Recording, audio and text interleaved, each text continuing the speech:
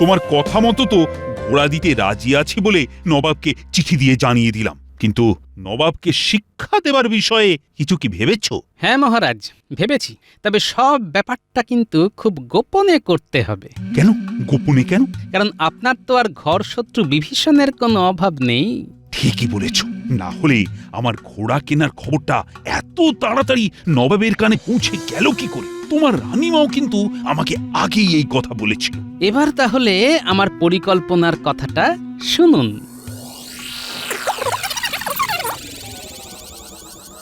বাহ বাহ, এর মধ্যে এত কিছু ভেবে ফেলেছ। সত্যি গোপাল, তোমার বুদ্ধির কোনো তুলনা নেই। তোমার মাথা যেন একটা চলমান বুদ্ধির কারখানা। নবাবের কানে যাবে কি করে? কি করে যাবে সেটা জানি না, তবে আপনার তো আবার ঘরের শত্রু বিভীষণের কোনো অভাব নেই। আরে না না, অত দুশ্চিন্তা করো না। শোনো, আমি এখন রাজসভায় যাচ্ছি, কেমন? আজ তোমাদের সকলকে এমন একটা জিনিস দেখাবো যা দেখলে পরে অবাক হয়ে যাবে। কি মহারাজ, কি? এলেই দেখতে পাবে। কি এমন জিনিস আজ মহারাজ দেখাবেন? কিছুই তো বুঝতে পারছি না। গোপাল, তুমি কি কিছু জানো?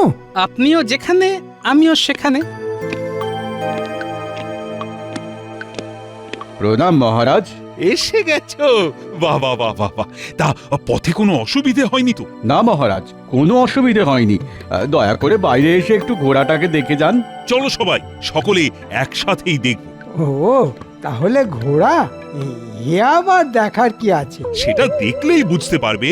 ঘোড়া ঘোড়া ঘোড়া, ল্যাং মেরে আবার করে দেবে না তো ঘোড়া? এই হ্যাঁ করে না হেসে যেটা দেখাচ্ছি সেটা দেখবে, চলো।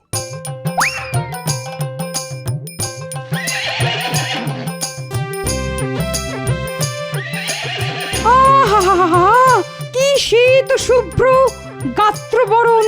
অশ্ব হলেও দেখতে যেন রাজহংসের মতন। সত্যি কথা বলতে মহারাজ, আমি অবাক হয়ে গেছি। এই ঘোড়াটাকে না দেখলে জানতেই পারতাম না যে ঘোড়াও এত সুন্দর হয়। মহারাজ, আমি তো অনেকবারই মুর্শিদাবাদে গেছি, মনে হয় স্বয়ং নবাবের আস্তাবলেও এমন ঘোড়া নেই। একেবারে ঠিক কথা বলেছো গোপাল। এই একটা ব্যাপারে মনে হয় আমি নবাবকে টেক্কা দিতে পারলাম। খুব গর্ব করা হচ্ছে, তাই তো? দেখবো এই ঘোড়া আপনি কি করে নিজের কাছে রাখতে পারেন। বুঝলে, অনেক টাকা খরচ করে এই ঘোড়াটা আমি কিনেছি। কি তোমরা সকলে খুশি তো? সকলেই খুব খুশি মহারাজ। তবে এমন একটা খুশির দিনে আরো খুশি হতাম যদি আমাদের দক্ষিণ হস্তের কিছু ব্যবস্থা করতেন। ছোটয় নাতায় গোপালের শুধু খাওয়ার চিন্তা। কি করব মহারাজ, ওই খেয়ে খেয়েই তো আমার মধ্যপ্রদেশের এই অবস্থা হয়েছে মহারাজ।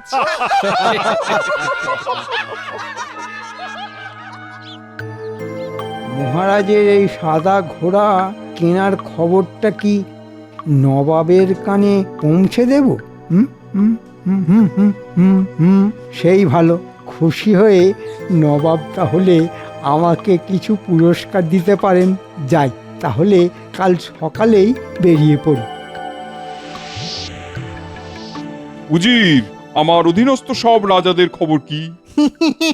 ভালো ভালো ভালো মহারাজ, সকলে বেশ ভালোই আছে। উজবুক? একদম হক কথা বলেছেন।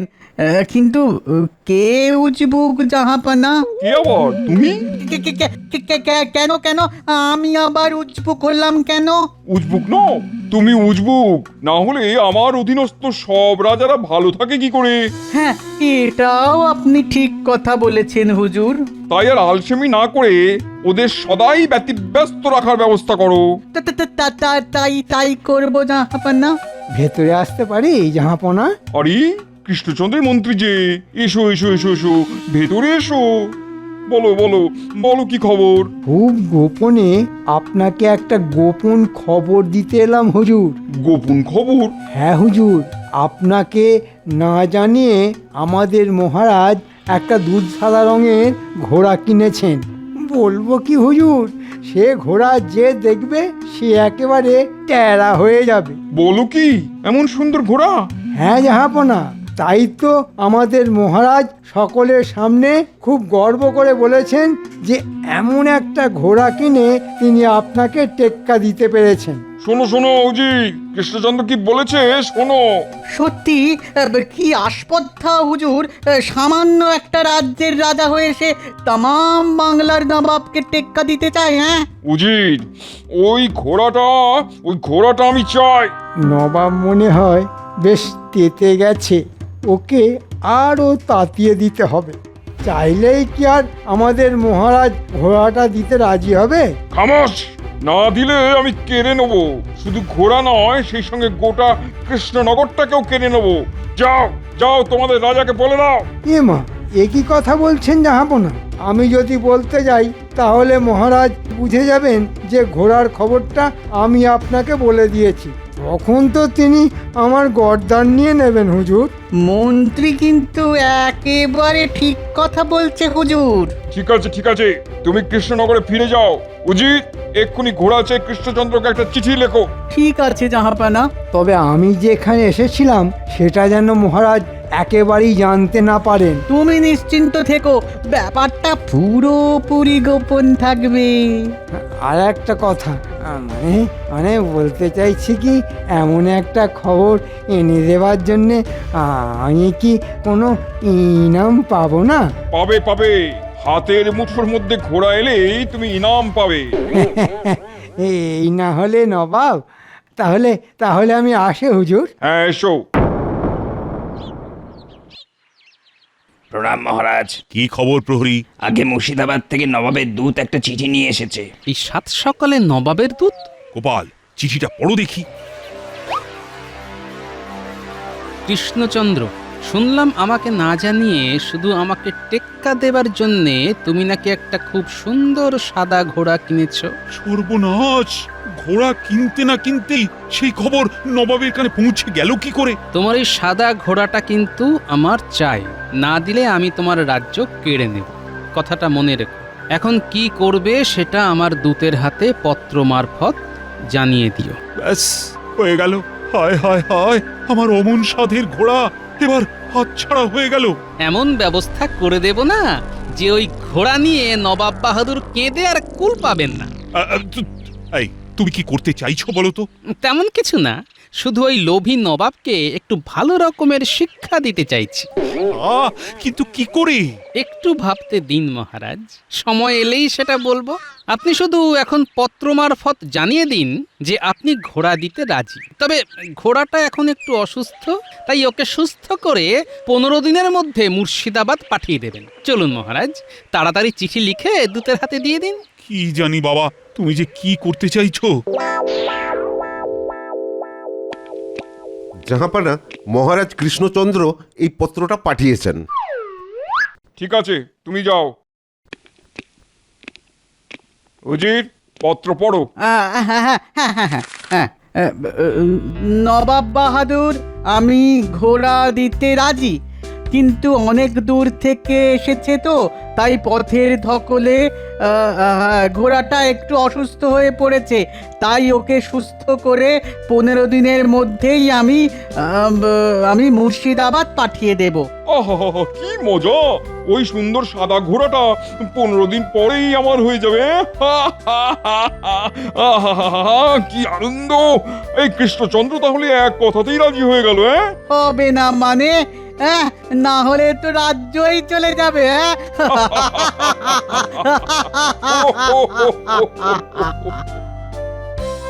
তোমার কথা মতো তো ঘোড়া দিতে রাজি আছি বলে নবাবকে চিঠি দিয়ে জানিয়ে দিলাম। কিন্তু নবাবকে শিক্ষা দেবার বিষয়ে কিছু কি ভেবেছো? হ্যাঁ মহারাজ, ভেবেছি। তবে সব ব্যাপারটা কিন্তু খুব গোপনে করতে হবে। কেন গোপনে কেন? কারণ আপনার তো আর ঘর শত্রু বিভীষণের কোনো অভাব নেই। ঠিকই বলেছ, না হলে আমার ঘোড়া কেনার খবরটা এত তাড়াতাড়ি নবাবের কানে পৌঁছে গেল কি করে? তোমার রানীমাও কিন্তু আমাকে আগেই এই কথা বলেছিল। এবার তাহলে আমার পরিকল্পনার কথাটা শুনুন।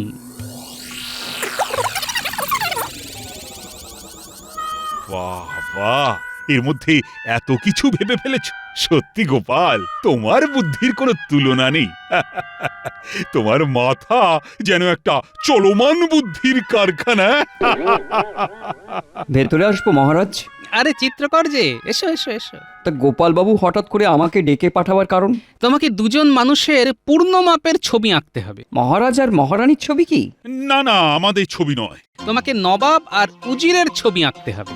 আচ্ছা, আশা করি নবাব আর উজিরকে তুমি দেখেছো? দেখবো না কেন, বহুবার দেখেছি। ওদের চেহারা আমার মনের মধ্যে আঁকা হয়ে আছে। তাহলে তো ঝামেলা মিটেই গেল। শোনো চিত্রকর, খুব ভালো করে দুজনের দাঁড়ানো ছবি একটা মোটা কাপড়ের ওপর পাশাপাশি আঁকতে হবে। তারপর সেটা একটা কাঠের কাঠামোর ওপর সাটিয়ে দিতে হবে। হয়ে যাবে। এমন ছবি আঁকবো দেখে মনে হবে জীবন্ত। তা কদিনের মধ্যে এঁকে দিতে পারবে? কদিনের মধ্যে এঁকে দিতে হবে বলুন? ধরো 1 সপ্তাহের মধ্যে। চিন্তা করবেন না, তার আগেই হয়ে যাবে। ঠিক মতো কাজ করতে পারলে উপযুক্ত পারিশ্রমিক পাবে। আমি আজ থেকেই কাজ শুরু করে দিচ্ছি। আগে ছবিটা হয়ে যাক, তারপর শুরু হবে ঘোড়ার তালিম।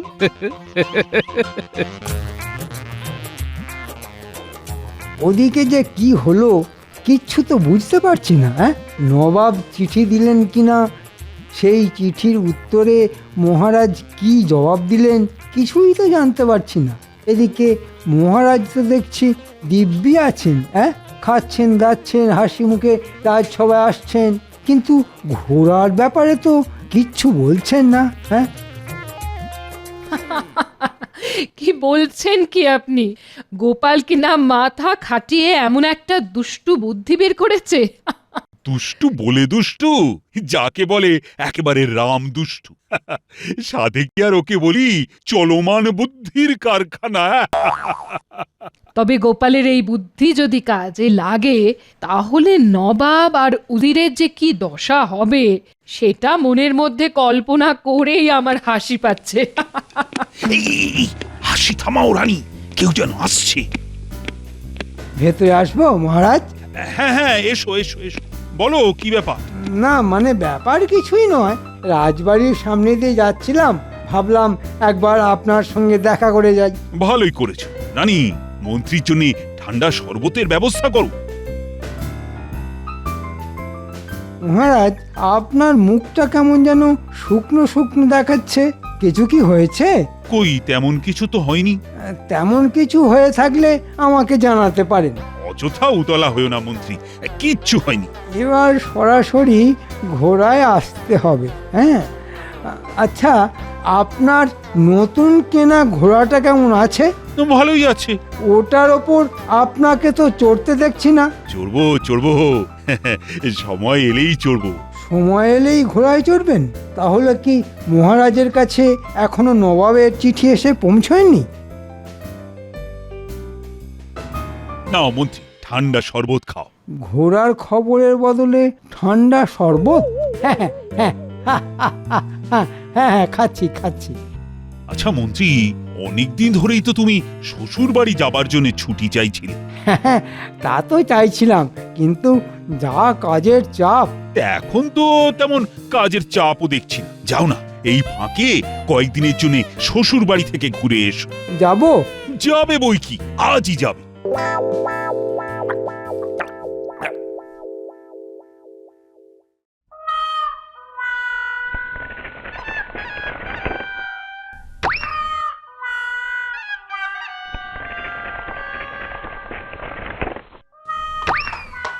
ব্যাস, গোল করে কাটা হয়ে গেল। এসে গেছেন মহারাজ, এবার তাহলে শুরু করি। আমি ছবির পেছনে গিয়ে লুকোচ্ছি, আপনি ঘোড়াটাকে ছবিটার কাছে নিয়ে আসুন।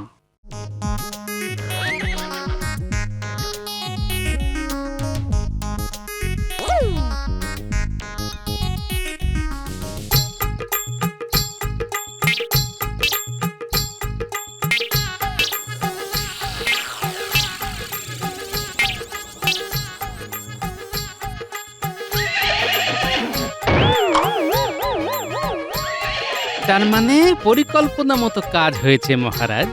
শত্রু ভেবে সাদা ঘোড়া নবাব আর উজিরের ছবিতে কষিয়ে লাথি মেরেছে।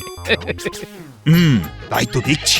এইভাবে 2-4 দিন একই কায়দায় নবাব আর উজিরের বিরুদ্ধে ঘোড়াটাকে রাগিয়ে দিতে হবে। তারপর যেদিন আসল নবাব আর উজিরকে দেখবে সেদিন যে কি হবে ভাবলেই আমার হাসি পাচ্ছে। তা না হয় পেল, কিন্তু নবাব কি সত্যি সত্যি আমার ঘোড়া ফিরিয়ে দেবে? দেবে মানে বাপ বাপ বলে ফিরিয়ে দেবে। আমি ঘোড়ায় চেপে নবাবকে দিতে যাব আর ঘোড়ায় চেপে ফিরেও আসব। আর যদি না আসতে পারি তাহলে আমার এই মুখ আর আপনাকে কোনো দিন দেখাবো না মহারাজ। হ্যাঁ গো, কালই তো 15 দিন পূর্ণ হবে। হ্যাঁ, তার মানে কালই তো নবাবকে তোমার সাথের ঘোড়া দিয়ে দিতে হবে। তা দিতে হবে। তবে গোপাল যা ব্যবস্থা করেছে তাতে ঘোড়াটাকে ফিরিয়ে দিতে নবাব বাহাদুর আর পথ পাবে না। মায়ের কৃপায় তাই যেন হয়, তাই যেন হয় মা। ভেতরে আসবো মহারাজ? মন্ত্রী জি, এসো এসো। তা শ্বশুর বাড়ি থেকে চলে এলে? হ্যাঁ মহারাজ, কৃষ্ণনগরের জন্যে বড্ড মন টানছিল, তাই আর থাকতে পারলাম না। ভালোই করেছো। এদিকে আমাদের কাজকর্ম সব হয়ে গেছে। মহারাজ, এর মধ্যে নতুন সাদা ঘোড়াটায় আপনি চেপেছেন? চেপেছি তো, কদিন পর পর চেপেছি। তাহলে মনে হচ্ছে আমার কপাল পুড়েছে। নবাবের কাছ থেকে কোনো ইনামই আমি পাবো না। আমি তাহলে আসছি মহারাজ, কাল রাজসভায় দেখা হবে। সাদা ঘোড়ার ব্যাপারে মন্ত্রীর কি কৌতূহল দেখেছেন? সে তো গোড়া থেকেই দেখতে পাচ্ছি। আমার মনে হচ্ছে মন্ত্রী হচ্ছে সেই ঘর শত্রু বিভীষণ। আমারও তাই মনে হচ্ছে। সাবধানে যেও গোপাল। কোনো চিন্তা করবেন না মহারাজ, সকালে যাচ্ছি, বিকেলে ঠিক ফিরে আসবো। কিরে, তোকে নিয়ে ফিরে আসতে পারবো না? এই তো আসছি মহারাজ।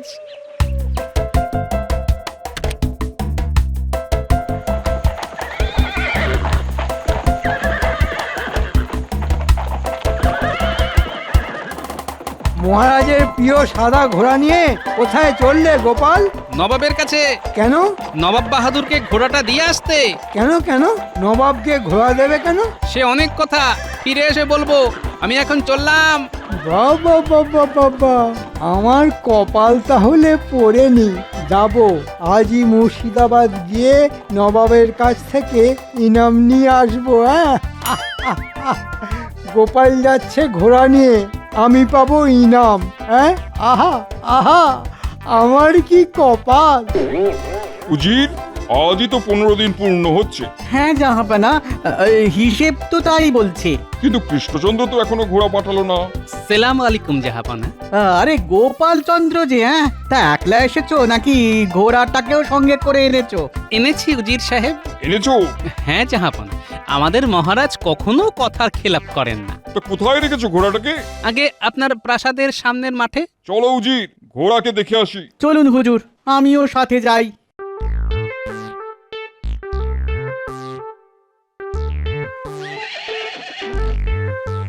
ইয়া আল্লাহ, কিতনা খুবসুরত!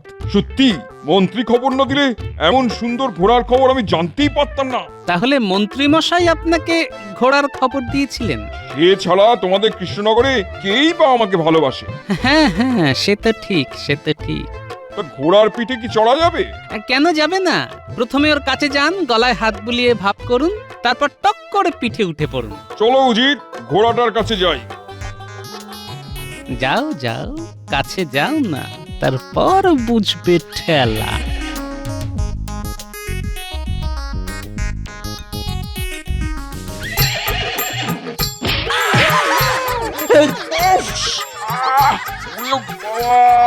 কি জোরে মুখে লাথি মারলো! বাবারে, পড়ে গিয়ে মাজায় কি লাগলো! ওরে উজির! ও গোপাল, এ কেমন ঘোড়া? মুখে সপাটে লাথি মারে কেন? আসলে অবোধ অবলা জীব তো, আপনাকে ঠিক চিনতে পারেনি জাহাপানা। যান যান, আর একবার কাছে গিয়ে ওর সাথে ভাব করার চেষ্টা করুন। বলছো?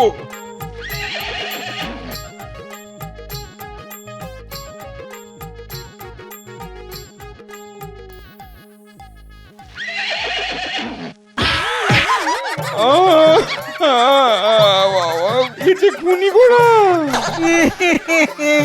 পুরো খুনি। একে আমার চাই না। ওরে বাবা রে বাবা, উফ।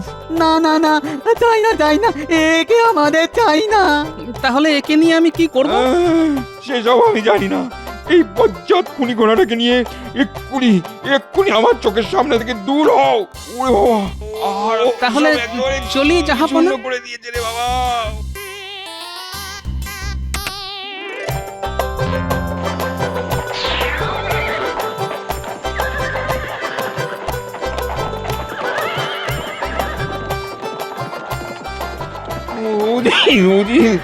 আমায় আমায় ধরে ধরলো।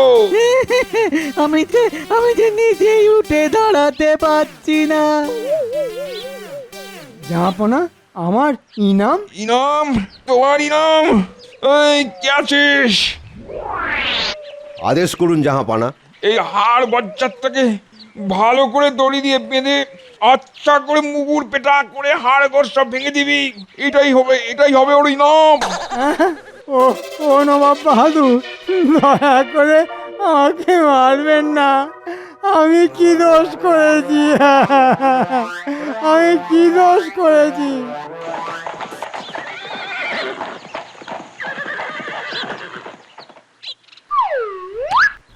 এই নিন মহারাজ, আপনার সাধের সাদা ঘোড়া। নবাব দিয়ে দিলেন? শুধু দিয়ে দিলেন নয়, দিয়ে দিয়ে হাঁপ ছেড়ে বাঁচলেন। জোড়া পায়ে দুজনকে এমন লাথি মেরেছে যে কি বলবো মহারাজ। সত্যি গোপাল, এই জন্যই বলে তুমি একটা বুদ্ধির কারখানা। এ কি মন্ত্রী, তোমার এই অবস্থা কে করলো? নবাব বেটা আমাকে ইনাম দিয়েছে মহারাজ, দিয়েছে। সাদা ঘোড়ার খবর পাচার করার জন্য, তাই তো? হ্যাঁ, দিয়েছে।